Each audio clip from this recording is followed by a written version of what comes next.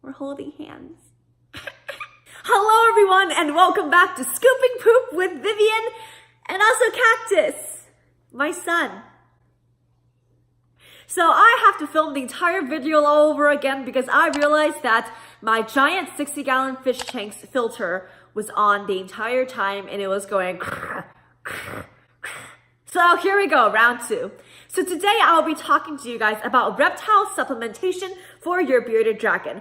Now this is actually a very requested video from a few people because it is very, very important that you get supplementation down right, because if you don't, it could be potentially deadly to your bearded dragon at any stage in life. So basically the things we're going to be talking about today is a different type of vitamins that you have to give your bearded dragon and also how frequently you give them and the reason why we do it. So it's basically a nice, casual, easy rundown of basic supplementation for bearded dragons so you at least get a little clue before you start taking care of them. So the first thing I'm going to talk about are the 3 different types of supplements that you should be giving your bearded dragon. So the first thing is going to be calcium.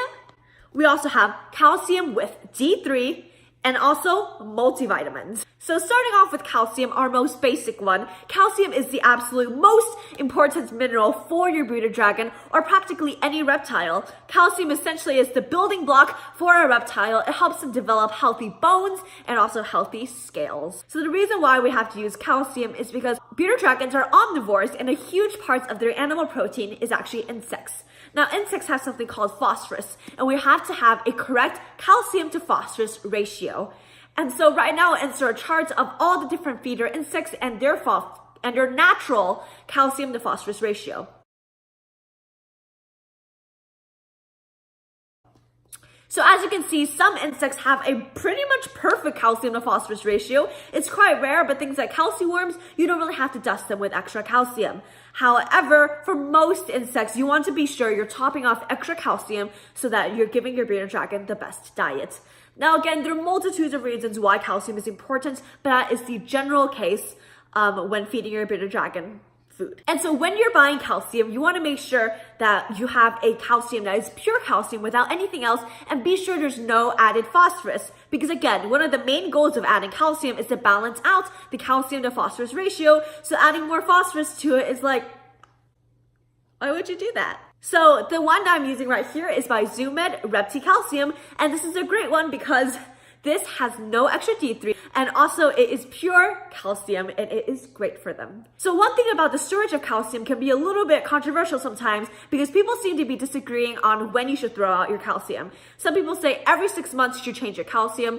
While people like me, I typically change out my calcium 6 months before the expiration dates because I think that's the safest zone and the most practical. Now, some people will wait until the expiration dates or even wait after it. Haha, don't do that, sweetie. So with calcium, I recommend changing out at least 6 months before the expiration date, just to be safe. It also kind of looks like a giant pot of cocaine, so don't take this through TSA. Now, the second thing we're going to be talking about is very, very similar. It's calcium, but with extra D3. So essentially, bearded dragons are diurnal creatures, meaning that they're awake during the day and they go to sleep at night. So being awake during the day, they're obviously going to get some exposure to sunlight. So what they do is that they do something called basking, where they will sprawl out their limbs in a very hot surface in order to regulate their body temperature and also absorb UVB rays that come from the sun. Now, what UVB does for bearded dragons is it helps them metabolize and process calcium. This is very important because basically whenever they take in calcium without having D3 specifically, what happens is that, well, nothing happens. The calcium that they take in is completely useless because they cannot metabolize it. So it's very important that your dragon always gets D3. However, it's not good to overdo the D3 because basically if you're doing things right, you should be having either a T5 or a T8 UVB bulb. And so a bulb should take up around 2/3 of your bearded dragon enclosure and make sure that is the right output. Generally for a bearded dragon, anything from around 10% to 14% is excellent outputs because it offers them the correct amount of D3. Now make sure in the cage you also have a place that's shaded so that your bearded dragon can get away from the D3 because they can actually regulate the amount of D3 they want.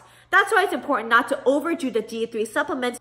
Because I have a friend over on Instagram whose dragon went through G3 toxicity. So essentially what she described was that most of his scales were calcified, which basically led to many shed problems in the future, and her bearded dragon's heart also got clogged with calcium, which is irreversible.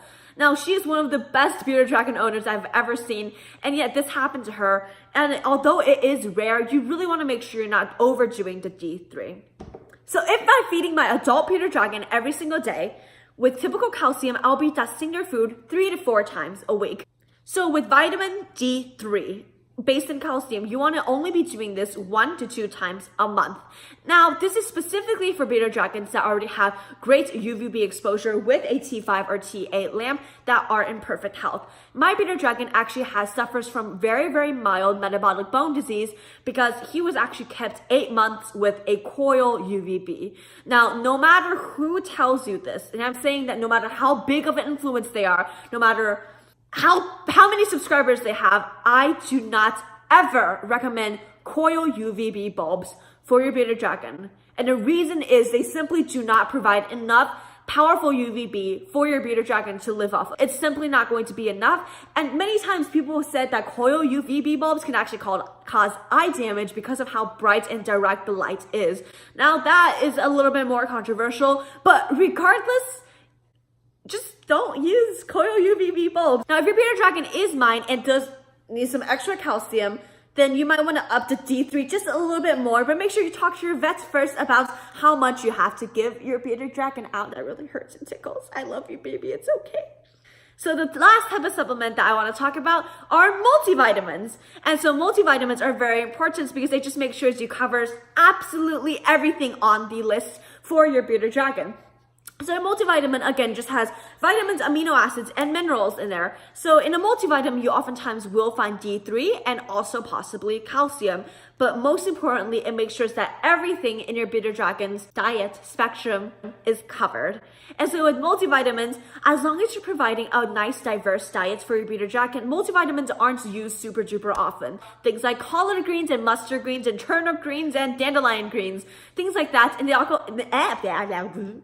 they can also have other different types of vegetables. And so as long as you're providing different types of vegetables and different types of variety, that's the way your bearded dragon is going to get the majority of their vitamins. But with a multivitamin, you still want to be giving this at least 2 to 3 times a month just to ensure that your bearded dragon is getting everything. Just like the extra D3 supplement, this is more of a top it off kind of a thing, just to make sure everything's going okay. And something I want to add about multivitamins is that you do not want a multivitamin with just pure vitamin A. Now, the reason why is because just like with D3, you can actually get toxicity from it. Technically, you can overdose any vitamin, but the one that's most common is vitamin A. So instead, you should be using something called Beta-carotene. Beta-carotene? I can't say scientific things.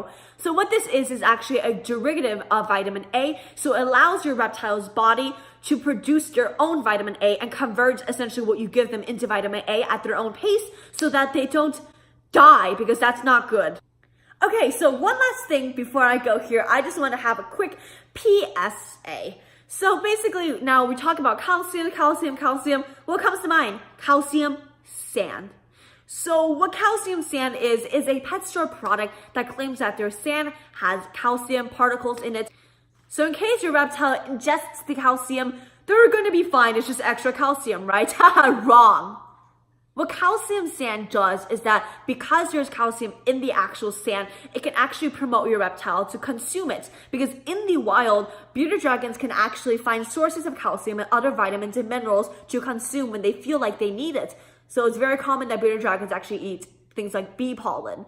But when your reptile is in a cage filled with calcium sand, surrounded by calcium, whenever they feel like they need calcium at all, they're going to start lapping up that sand, and that's going to cause impaction. Now, impaction is when something gets lodged inside the bearded dragon's digestive tract, and it just accumulates there, and they could die of it. And it's a horrible, horrible thing that happens to so many bearded dragons. So that's why I would never recommend any kind of loose substrate for your bearded dragon. Seriously, calcium sand should really, really never be used. And I don't want you guys to be confused by calcium supplements and calcium sand. Calcium sand is an absolute no. It should never be used for any animal, in my opinion.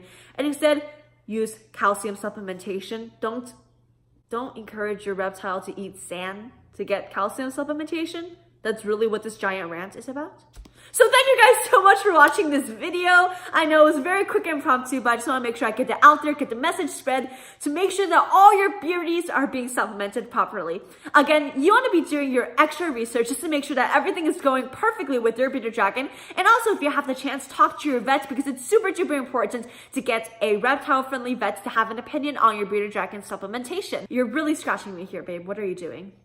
So again, thank you so much for watching. Please subscribe, because that'll be awesome. I mean, seriously, it'll be awesome.